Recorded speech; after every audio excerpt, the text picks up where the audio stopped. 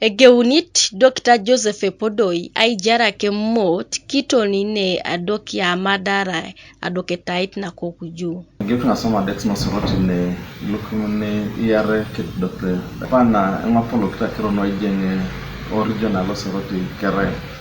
Rengo lo serere somata ngomulago somata dex no lwala ngina geo nango lostingo Tanzania soma kiro no ijenga ngalo lostingo India kiro kere. So ijengo dekale kabero soma inepene nasarai a consultant kiro mangor and I just saw it wongon. Itungalwi pu ewomtosebe adekis na Apolon mulago bon eja sipiriotin lu Angaleu lu ebelara. Konye abu Dr. Epodoi ko bill e record ketiak imulu e more kikina ikarudis kau. Jenetunga kero no protakantangena. Protakiro chikutangena. Na bakasino ngena ipiriotin ngena be eko kena bosi archen. Ada kwa na amunar inero kejari. So mama patane je kinene jarakia twanda twanere. Obongo sikesi suroti ngana ponto. Etwana doyen ujengete deso anoitia. Ebongo netidwe nune awanyu tingo kimila na ngandiko kakonye. Ajeni ngobe ne eje jarami. Ni murkin pana ikatimu. Again that's all item no kin boro no bedside to so makere yen moja dexne kidio kiboro konye efone swama jako ne swama jo ako aomo ne baka samu skunde thinking out of the box atun se ajenga na amame etabola beta shomo be jengi jo kwani ara kwana to soma boro na to samu skunde principles ara to soma ajenu nete na ajeng na to soma janeto makere ano etia kimono kwa niko hungini karu yara tukubet Erai Dr. Epodoi ediope koto momurok lu apotu ikatutu e corona kosodote aiku narai elitokina ngesi amukian ngulu adekasi e corona okaro lukumniare kesari diopeti namuda lokolo abwad muta covid aja ingore mame perkenga dex ponya aja ingore corona makita isolation ogaltini adamne la pedope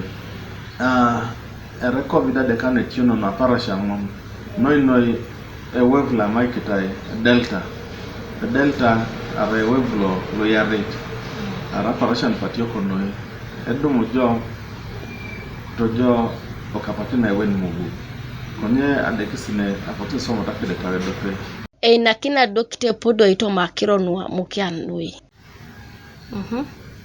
akirono ama kita epidemics adeka sine ngeso ngon corona ebola cholera erodex adeka sine ngal elangir no so adeka sine ngon kotosi etone ne ejaijen epon le corona adeka ngin nesna sodi na yarete ekotokini etone ne ejatitim you need courage sodi na uniete ekoto etone ne ejai atite ngene na awanyun be isoma inesi bore paka ngeset make be perseverance akiro keresi ankino so semero itungi che kaneko teso kesitete Dr. Epodoi Kwape kiringi kech kotuptete ejana kineke lo ete koro no kiri Dr. Epodoi ada ona pakine polo agiari kono elare isoma ton kiri Dr. Epodoi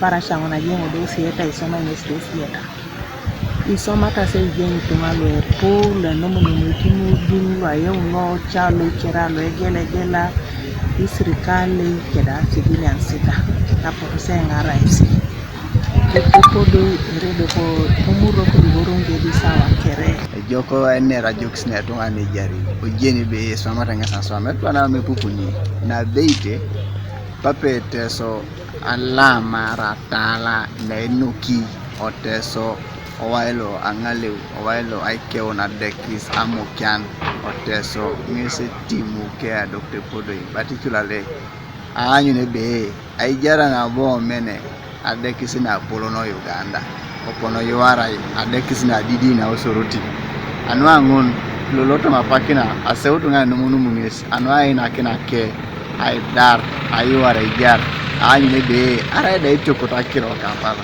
eje ipono pero na imo ipono ngara kenta jaro sorotani pane nubona ko nga lipe be joko ay male tunganan ay salamiki nero ke jari alama ndaka na kunikira wo ekakiro rekimat de seri otekat Kanuka TV East Rebecca Mongin Koibuga Soroti.